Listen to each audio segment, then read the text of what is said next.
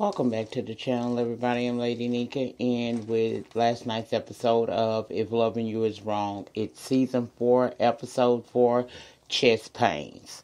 Now, child, we open back up. Steven done come out to leave after screwing old Miss Esperanza, and Eddie's little cronies, his homeboys, jumping. Now, I thought Steven was gonna be toast at this point. I just knew they was finna just whoop his entire ass because it's like 4 of them, right? But child, I don't know what came across old Steven, baby. Next thing I know, he was out there kung fu fighting. He was kicking ass and taking names. You hear me? Child whooped all 4 of them. Esperanza comes out after he done beat ass talking about call the station. Now at this point, Steven is so mad. Child, he tell her to go back inside and he don't need to call the station for no help. So she go back inside and does what? What all of them seems to do. Like, this is the only cop in that scene. They call Lucian. Natalie said, I'm tired of y'all always calling my man. Then she backpedaled. Now, she know damn well she meant what she said. She gonna tell her I didn't mean it like I said it, but please. Girl, tell them folks the truth. Stop always calling my man. He is not the 911. He is a part of 911.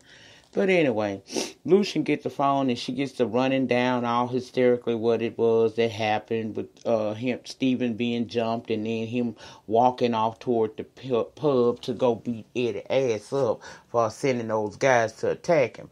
Now, she said she want Lucian to go down there and stop Steven, right? Lucian said he don't see what the problem is.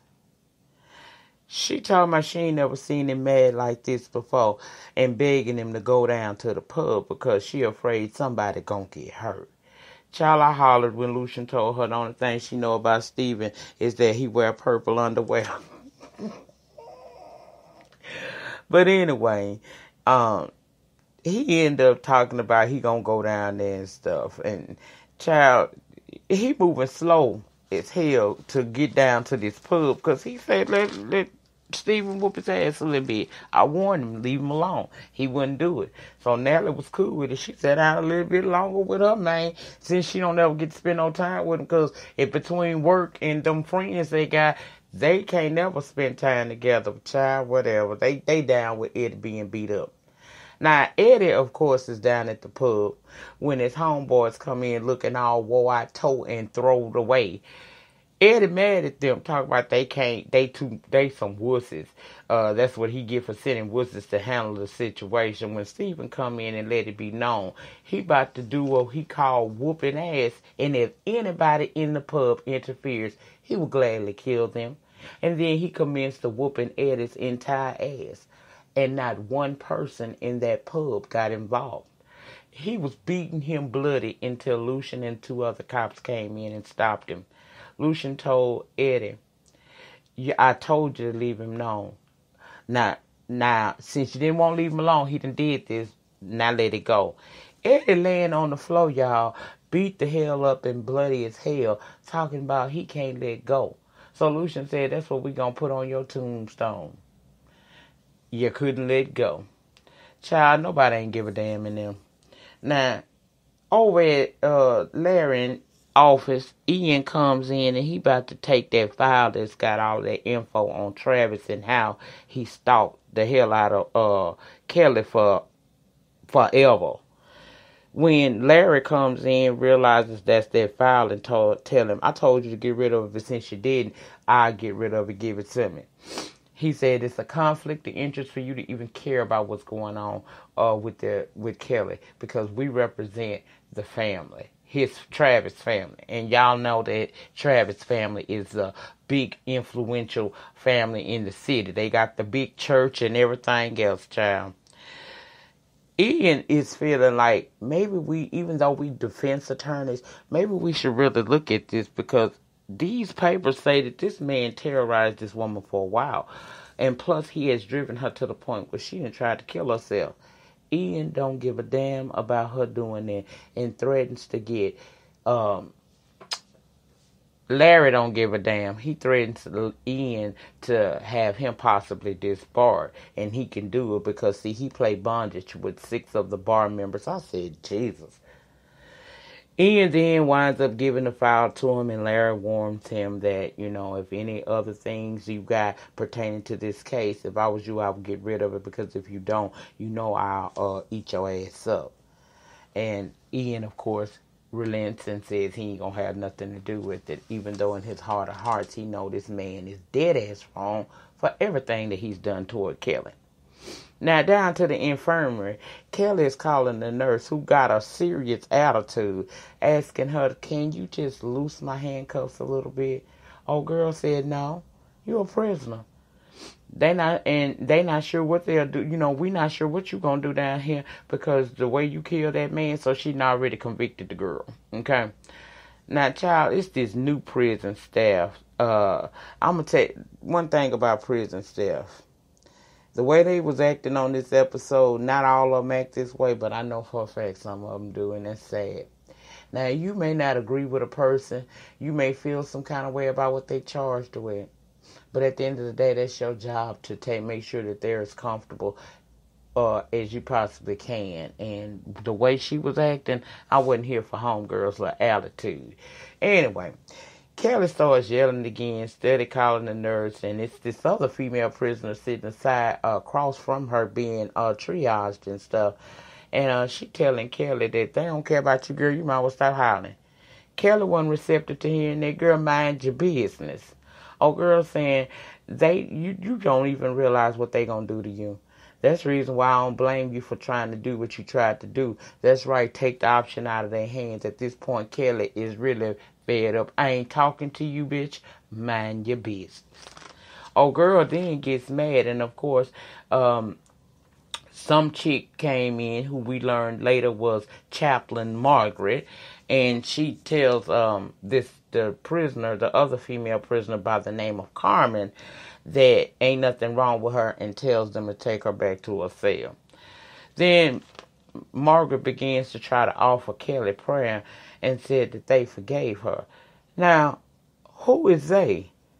Child, they is everybody over at the Calvary Church. Apparently, Miss Margaret is a member.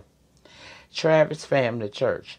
That freaked Kelly out. She calling for a nurse. Miss Chaplin says she not there to hurt her. She just want to pray for her. And she did what Christians do when they acting like they ain't the only ones that God is available to. She told Kelly that she know the truth already, and that it's a sin to lie. All because Kelly said for her to pray for the truth to be revealed to her. See, Miss Chaplin started over talking in that moment too. Now that I said, now if you ask me, that's when God stepped in and made her tell the truth, because you know that the words say that He'll make your enemies your footstool, right? Miss Chaplin ended up warning Kelly, she basically told her she ain't the first one, and that there have been several women who got jealous and wanted to accuse Travis of doing things to them. Kelly wanted to know how many more women. Old girl say she wasn't going to say it. They wasn't talking about them, they talking about her. But you still just gave her a tidbit of information. Kelly started spitting them Bible verses at old girl, because she was trying to spit them at her. And then Kelly ended with, if you're a true woman of God, just ask God to reveal the truth to you. And old girl said, okay. And I'm not even going to go in on Miss Chaplin, girl, even though she walked in there acting like she had already knew the truth, because she had heard it straight from the horse's mouth. God had told her. I think this woman is going, if she is her character is being built up to be, I think this woman going to have a change of heart. But we going to see. So I ain't going to give her too much. Then we have a text messaging scene with Alex and Dr. Raston. She texting Alex talking about what Alex did was not right, and to lie and say she was involved was unethical. Child, reading by text. Alex, all she did was just really accept what she said, then apologize. Then old girl said, you need to handle this because the hospital board of review is going to look into how I handle this. In other words, bitch, you done lied and got me in trouble, and you need to save me. And she right. She showed all the, she should go down there and tell them people at the hospital that she lied about that lady switching the DNA. Even though she didn't switch no DNA, something happened.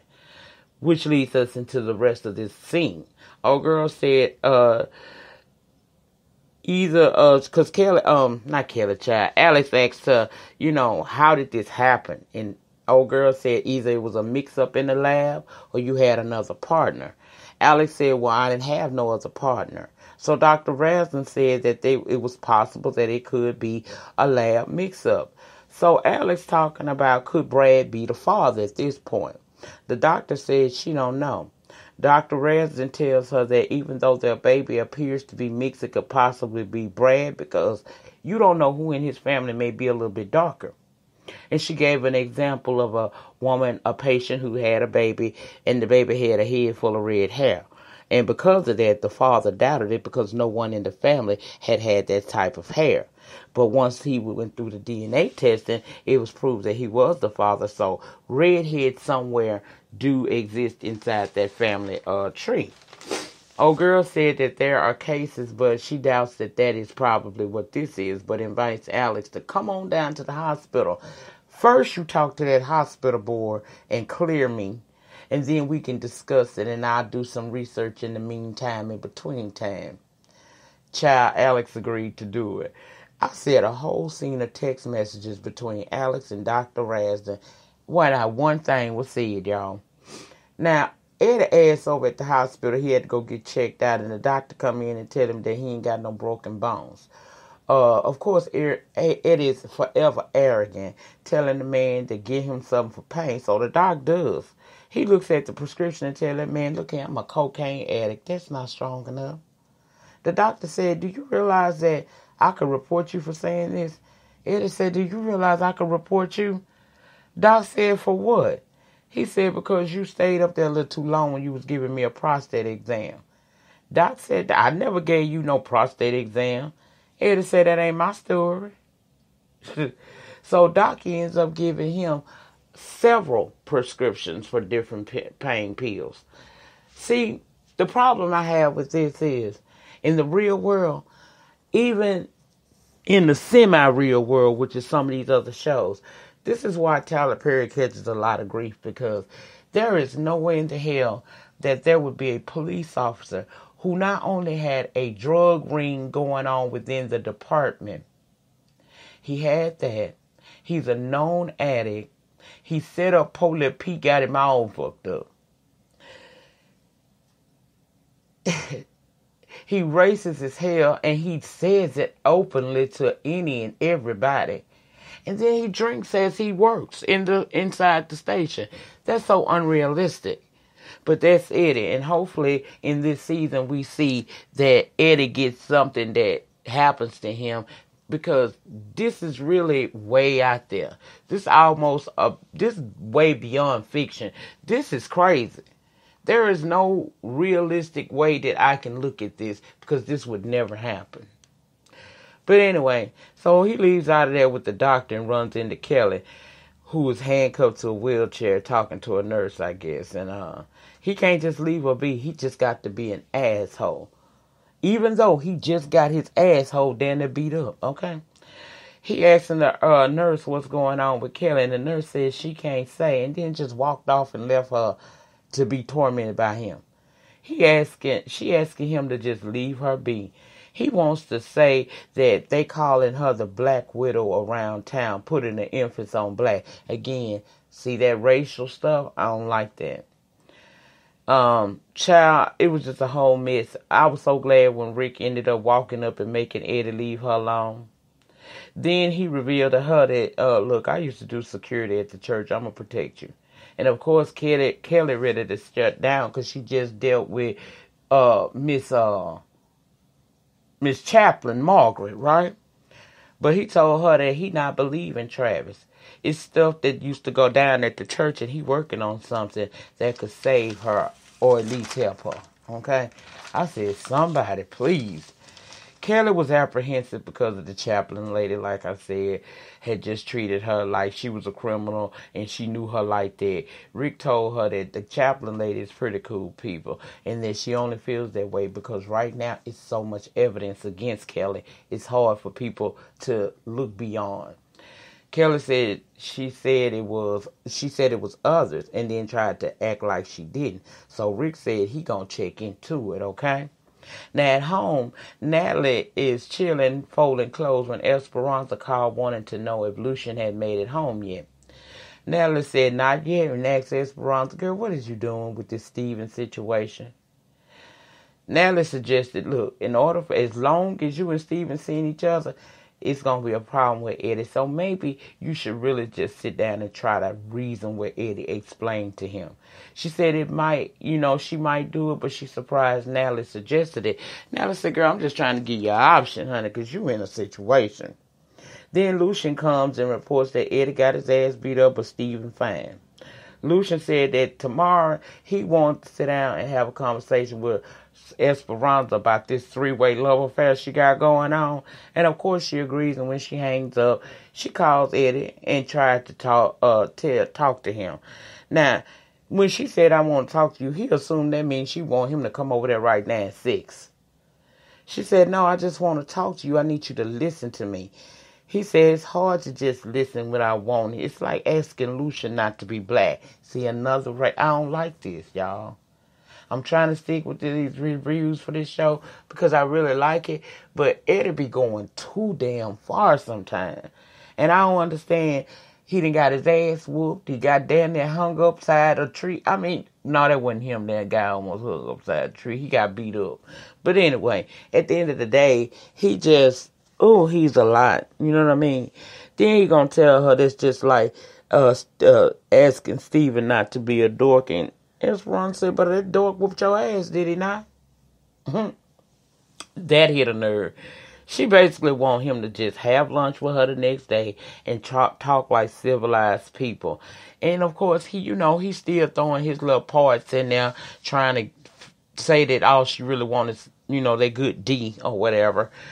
But he agrees to do it. And when she hung up with him, there's a knock at the door. She thought Eddie was at the door, went to the door ready to act a fool, and it's Steven at the door. He wants to apologize for yelling at her, and she accepted it.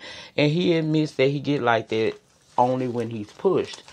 He let her ass know real quick, because she started trying to compare him to Eddie. Oh, we ain't nothing like her. See, Eddie is mentally ill, and he's a drug addict. She said she knew he had some issues, but she didn't know it was that deep. But she concerned that Steven won't let what happened with Eddie cause her and him to have issues. And he said it's not. So then, he goes on home to get him some more nasty rest. And then Lucian over at his house, phone ringing yet again. This time it's Rick who tells him, I just want to let you know Kelly was moved to the hospital. I suggested that she tell them that she had chest pains. That way she can get some real help and talk to a real psychologist. Lucius appreciated that and told him that he'll holler at him tomorrow. When he got off the phone, he tell Natalie that. Now, Lucian and Natalie is concerned, why he going that deep? Lucian said at first it might be because he didn't help her at first, but he do feel like it's strange that he went that far to help her, so he gonna discuss that with him. Then they talk a little bit about justice and wanting to help him, and Natalie feeling so, upset and worried about Kelly and whatnot. And then she tells him, I want to say I was wrong. If we got to use that money you got to help Kelly, that's our friend, and that's what we should do. Lucian said that he understood why she said it when she said it, and it's all good. He working on something right now. And then, they in there talking about loving on each other because she done said she love him and he want to see proof. They can't even get they sex on. Because Tanya, the new neighbor across the street, is outside screaming to the top of her lungs. So you know that alerts Lucian. He runs outside and Natalie going out there behind her. And child, that was pretty much all that we got. I guess we gonna find out why she out there screaming and hollering. Randall was out there, so child, I don't know telling what's going on with that. Then Eddie showed up. It was just, ooh, child. We gonna see how this gonna play out next week. But, you know, in closing, I say this. I like this show. And I know that every show got the, everybody got to do their thing, but I just sometimes wonder why Tyler allows this character Eddie to do so much that he's doing. It's just really unheard of, if you ask me. But anywho, that was it. That was all. It was a pretty good episode overall. I just don't like all that racial stuff because he can be an ass without being a racist ass. You know what I mean? But then again, this is the South that they're portraying this in, so it probably ain't uncommon. It ain't uncommon here. I'm talking about probably like I don't stay down here. But I just didn't like that. Anyway, y'all get down in the panic section. Let me know what your thoughts and opinions are on last night's episode of If Loving You Is Wrong. And I will see you guys on the next upload here. Peace.